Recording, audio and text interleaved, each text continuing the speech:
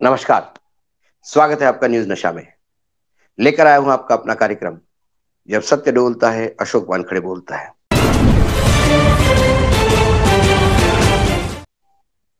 आज देश के प्रधानमंत्री आदरणीय नरेंद्र मोदी जी भाजपा के केंद्रीय कार्यालय के विस्तार के भूमि पूजन पर जो कार्यक्रम था, उसमें बीजेपी कार्यालय गए और उन्होंने वहां कार्यकर्ताओं को उद्बोधन किया।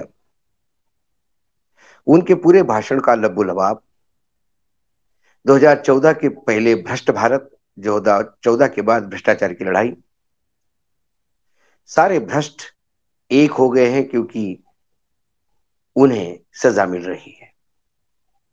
कुछ आंकड़े परोसे गए और कुल मिलाकर मोदी जी भ्रष्टाचार की लड़ाई लड़ने में देश की मदद मांग रहे थे और तमाम विपक्षी दल जो मोदी जी के खिलाफ एक हुए हैं, वो भ्रष्ट हैं, पकड़े जा रहे हैं, जेल जा रहे हैं, इसीलिए एक हो रहे हैं, इस बारे में बोल रहे थे। दूसरी ओर दिल्ली विधानसभा में दिल्ली के मुख्यमंत्री अरविंद केजरीवाल ने मोदी जी के खिलाफ सीधा भ्रष्टाचार का आरोप लगाते हुए सीधा मोर्चा खोला और उन्होंने आज इस सदन पे पूरे जोर शोर के साथ ये बात बताने का प्रयास किया कि अडानी ये 10-14% पे काम करने वाला एक मैनेजर है, सारा पैसा नरेंद्र मोदी का है। उन्होंने एक बीजेपी के वरिष्ठ नेता से उनकी बातचीत का जिक्र किया और उस किरदार को इंफॉर्मेशन बताने वाला बताया और एक मासूम सवाल केजरीवाल जी उठाते रहे और उसका जवाब भी केजरीवाल देते रहे। कुल मिलाकर केजरीवाल जी ने जो कहा वो वही हिंडन रिपोर्ट और उसके बाद जो चीजें सामने आई उसके बारे में वो जिक्र कर रहे थे और सीधा बोल रहे थे कि ये पैसा अडानी का है।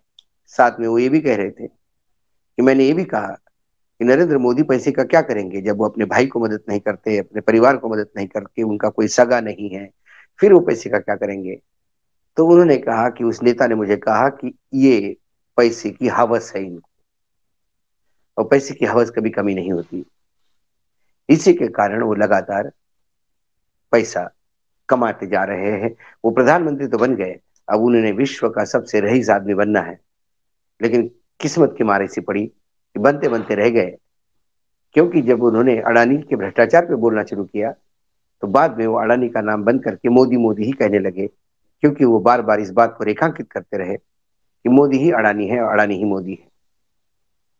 मोदी जी ने बहुत सारी बातें कही कि कैसे पैसे सीज हुए, कैसे हमने कितनी प्रॉपर्टीज हमने जब्त की, कितना पैसा हमने रिकवर किया, लेकिन नरेंद्र मोदी जी का सत्य वहां डोला जब उन्होंने चुनाव के पहले 2014 से वो लगातार चुनाव में जो बातें करते रहे कि एक टास्क फोर्स बनाया जाएगा और टास्क फोर्स में बाकायदा ये पूछा जाएगा कि विदेशों में कौन से काला धन भारतीयों का बसा है, वो सारा काला धन भारत में लाया जाएगा।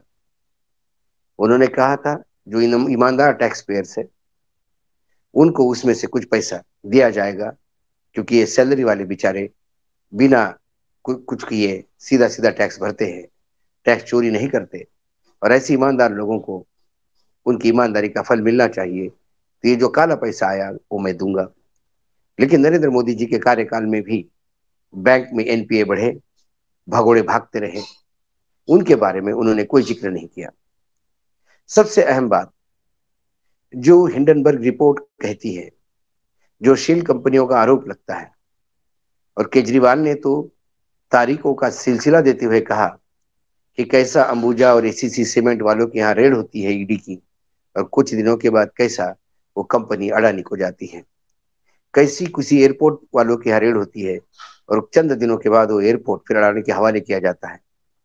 उन्होंने कहा कि ऐसे गुंडागर्दी तो कभी विश्व में चली नहीं, जहां सीधे तौर पे आप ईडी सीबीआई इनकम टैक्स का उपयोग कर लोगों को डराते हैं और उनकी फैक्ट्रियां अडानी जी को दिलवाते हैं।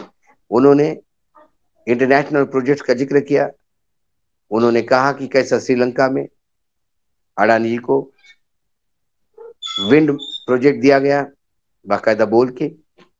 उन्होंने कहा कि कैसा बांग्लादेश में 25 साल के लिए एग्रीमेंट किया गया बिजली खरीदने का, और वो भी अडानी जी से ही खरीदेंगे। उन्होंने कहा कैसे देश के सभी राज्यों को आदेश दिया गया कि जो कोल आप उपयोग में लाते हैं उसमें कम से कम 10% कोल आयातित होना चाहिए, और आयातित कोल सिर्फ एक ही आदमी आयात करता है, वो अडानी है। तो अडानी को धंधा दिलवाने के लिए सरकार अपना पावर का उपयोग भी करती, दुरुपयोग करती है। उन्होंने कहा कि जब 2000 रुपए मेट्रिक टन का कोयला हमें यहाँ मिलता है तो हम 20,000 रुपए क्यों दे, 10 गुना ज्यादा क्यों दे, क्योंकि उनको अडानी का पैसा पेट भरना है। प्रधानमंत्री तमाम बातें करते गए, प्रधानमंत्री इतिहास बताते गए। प्रधानमंत्री बीजेपी का कार्यालय कहा था, यहाँ से उनकी भ्रष्टाचार की लड़ाई, कार्यकर्ता कैसे लगातार निरंतर काम कर रहे हैं, उनको शाबाश की, सब कुछ बातें करते रहे। लेकिन अडानी के हिंडनबर्ग रिपोर्ट और अडानी पर लगे हुए आरोप, इस पे वो चुप है। वो बार बार कहते हैं कि मैं भ्रष्टाचारियों को ये करता हूं, लेकिन फिर अडानी अपने नरेंद्र मोदी जी का सत्य वहां डोलता है कि जिन भ्रष्टाचारियों पर आप आरोप करते हो वो भ्रष्टाचारी भाजपा में आने के बाद सदाचारी कैसे बन जाते हैं। चाहे वो आसाम के मुख्यमंत्री हो, नारायण राणे हो, या तमाम ऐसे विभिन्न लोग हो जो भ्रष्टाचार के आरोपित थे, और जैसे ही वो बीजेपी में आए उनके खिलाफ ये आरोप समाप्त हुए या फिर फाइलें बंद हो गई। इसके बारे में वो चुप है। 8 करोड़ रुपए जो बीजेपी के विधायक के यहाँ मिलते हैं, या बीजेपी के नेताओं पे जो भ्रष्टाचार के आरोप लगते हैं, उसके बारे में वो चुप है। ऐसी कई बारे में वो जवाब नहीं देते थे, क्योंकि ये नरेंद्र मोदी का स्टाइल है। जब बहुत सारे सवाल उठते हैं तो वो उन सवालों के जवाब देना शुरू कर देते हैं जो कभी सवाल होते ही नहीं। वो जबरन अपने जवाब देते हैं और फिर दुनिया को एक नए एरिया में लेके जाते हैं जहां पुराने सवालों से वो निजात पाना चाहते हैं। नोटबंदी के समय, जब नोटबंदी, उन्होंने कहा काला पैसा वापस लाने के लिए, उन्होंने ये कहा कि आतंकवाद खत्म करने के लिए, ट्रांसपेरेंसी लाने के लिए नोटबंदी की। और उसके बाद जब उन्होंने देखा कि ये सब फेल हो गया तो उन्होंने कैशलेस ट्रांजैक्शन और बाकी बातों पे चीजें घुमा के, उन सवालों के जवाब आज तक नहीं कोई देता कि नोटबंदी में काला धन वापस कितना आया, नोटबंदी के बाद क्या आतंकी गतिविधियां बंद हो गई, नोटबंदी के बाद क्या काला धन बंद हो गया, भ्रष्टाचार बंद हो गया। इसके बारे में वो कतई जवाब नहीं देते। वो नए नए जवाब देते हैं जिनके सवाल होते नहीं। ऐसे ही आज उन्होंने पूरे भाषण में लगातार उन्होंने सच्चाई, हो सकता है उनकी बातों में सच्चाई हो सकता है कि 2014 के बाद बहुत सारी एजेंसियां ने लोग अरेस्ट किए हो, लेकिन जितने भी अरेस्ट किए वो विपक्ष के लोग क्यों हैं, और वही विपक्ष के लोग जब आपके पक्ष में आते हैं तो फिर वो इंक्वायरियां बंद क्यों हो जाती है, इसके बारे में वो मौन है। इसके सवाल के जवाब वो देना नहीं चाहते। क्या नारायण राणे के खिलाफ पूरा दिन भर डॉक्यूमेंट लेके देवेंद्र फडणवीस विधानसभा में नहीं बैठे थे? आज जो नारायण राणे आपके यहाँ कैबिनेट मंत्री कैसे हैं? ऐसे तमाम सवाल। बंगाल के कई नेता हैं, हर राज्य में ऐसे नेता मिल जाएंगे जो बीजेपी में चले गए, वो भ्रष्टाचार से आरोपित थे। उसके बाद ईडी की पीड़ा थी, पीड़ा का छुटकारा पाने के लिए कमल ब्रांड साबुन से उन्होंने नहा लिया था। मजा आता प्रधानमंत्री, यदि भ्रष्टाचार की लड़ाई लड़नी है तो उन तमाम भ्रष्ट नेताओं को भी नंगा कर देते जो भाजपा के साथ भी जुड़े हुए हैं। लेकिन फिर यदि आप मेरे साथ है तो पाक है, आप मेरे साथ नहीं है तो भ्रष्ट है। यदि इसी टैगलाइन पे चलना है तो आज 2 जगह भाषण हुए, लेकिन नरेंद्र मोदी जी के भाषण में कई जगह मुझे सच्चाई डोलते हुए नजर आई। सत्य डोला है तो अशोक वानखेड़े बोला है। आज इतना ही, फिर आता हूं किसी विषय के साथ। तब तक के लिए नमस्कार, देखते रहिएगा न्यूज़ नशा।